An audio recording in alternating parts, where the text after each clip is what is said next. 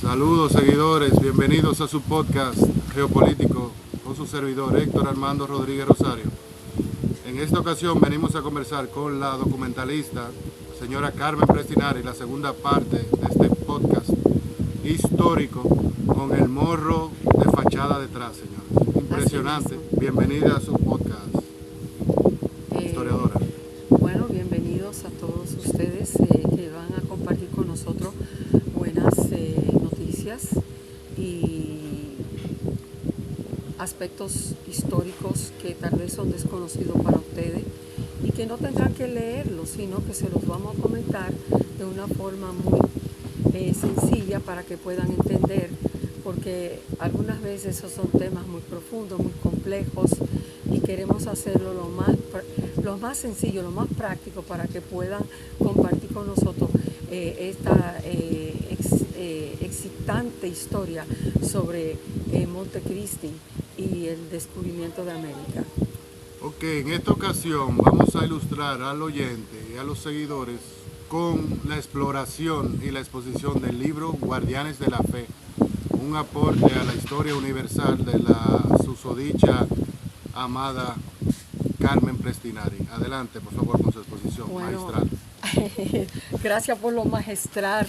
Este es el libro que se titula Guardianes de la Fe. El que lee el libro pensaría, o sea, su título pensaría que es un libro que se basa exclusivamente sobre religión. No, es un libro que va narrando los acontecimientos según el descubrimiento de América y tomó 30 años para hacer. ¿Por qué 30 años? Porque yo tenía que estar segura que lo que estuviera documentado aquí fuera algo fehaciente, fuera real, que estuviera realmente fundamentado en documentos que existen tanto en Simancas como en Sevilla y en otros lugares. El libro retoma algunos elementos que otros han estudiado y han investigado, pero lo que nos concierne y es particularmente de interés para nosotros es lo que acontece en Montecristi y cómo acontece. Al libro también le acompaña un documental tipo History Channel que le va a fascinar, que pronto le vamos a presentar en las primicias sobre cómo se inicia los bautizos que le dan a las diferentes regiones en la parte norte de la Española según Colón iba navegando y descubriendo. Queremos también tocar someramente sobre los templarios. ¿Por qué sobre los templarios? Porque si ustedes se fijan bien, las naves, la Nina, la Pinta y la Santa María venía en sus velas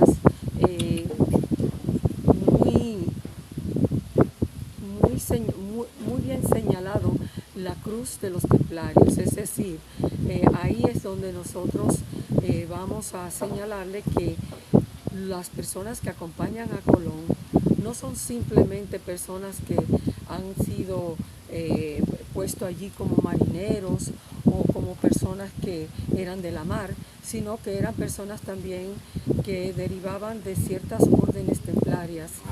Eso es una buena primicia y también lo importante de todo esto es que aquí va a haber una confluencia por el hecho de que habían diferentes personas de diferentes tractos, de diferentes creencias que acompañaban en el primer viaje del descubrimiento, que serían los árabes, que serían los cristianos y que serían los judíos. Tenemos la información, Carmen, que en sus documentos y sus hallazgos se ha comprobado que Cristóbal Colón no era genovés, que él era el que estaba interesado en que se supiera que él era de ahí, pero en realidad era algún tipo de fachada, ¿no? Bueno, realmente hay tanta historia y tanto mito sobre esto que podríamos decir que el hecho de que fuera cierto o incierto, lo importante es que este hombre descubre una porción de América y que regresa a España con la impresión de haber hecho este viaje y haber documentado este viaje. Pero yo les voy a hacer una observación a ustedes, muy importante. Si Cristóbal Colón parte de Palos y llega navegando, y vamos a hacer esto corto para no entrar en complejidades, llega navegando y llega hasta donde podríamos reconocer que son las pequeñas islitas, y luego sigue navegando y se encuentra con lo que es Cuba. ¿Entiende? Entonces, a partir de ahí sigue navegando y sube hacia la costa norte de la Hispaniola. ¿Por qué Cristóbal Colón hace un dibujo, o mejor dicho, hace un rasguño específicamente de la costa norte y no de los primeros encuentros de las islas que él descubre, que serían tan importantes para documentar y mostrar la realidad? ¿Entiende? Entonces, aquí es algo muy espectacular. Nos hace sentir y nos hace pensar que esta costa norte lo impresiona demasiado. ¿Por qué lo impresiona? Por la similitud que tenía la Hispaniola, especialmente la costa norte, a lo que fuera la costa sur de Almería. Correcto, correcto. Según sus escritos, que son muy provechosos para la humanidad, vemos que la expedición de Colón más bien fue una forma o el inicio de lo que son al día de hoy las multinacionales extranjeras. ¿Qué usted tiene que decir sobre eso? Bueno, hay tantas cosas que se dicen. Que más bien era una compañía para saquear los lugares donde llegaron, ¿no? Bueno, no creo. La intención de Cristóbal Colón, que todavía no se ha dado a conocer ampliamente, porque existe un libro, existe todavía en lo que es en la Catedral de Sevilla, que por los años de 1950, 52, habían ubicado, que se titulaba Las profecías de Cristóbal Colón. El libro de las profecías de Cristóbal Colón, que contiene como unas 80 hojas, pero 70 de ellas se pudieron rescatar porque está bastante deteriorado. Y es aquí donde él señala que él se siente ser un escogido de Dios para entonces encontrar esas nuevas tierras que tendría entonces que ser evangelizada, porque era eso, algo profético que estaba en Isaías. Se conocerán de las islas y se evangelizarán en el nombre del Señor. Entonces, él era una persona muy cristiana, muy aferrada a las palabras de Dios y a la Biblia. Y en este libro se puede ver las profecías bíblicas que él señala como algo muy importante y que se tendrían que cumplir en tierras lejanas. ¿Es posible, se merece Montecristi tener un museo de Cristóbal Colón? ¿Tiene todos los méritos históricos para ser un hub histórico visitado a nivel mundial, Montecristi, con un museo dedicado a Cristóbal Colón? Bueno, yo creo que un parque temático, aparte de un museo, podría dar a conocer las realidades de este gran almirante, porque hoy en día se señala como el villano, el que maltrató a los indígenas, el que estafó, el que hizo barbaridades. Pero yo les voy a hacer una pregunta. Si Cristóbal Colón iba con la intención, ¿entiende?, de poder rescatar todo lo que fuera el oro,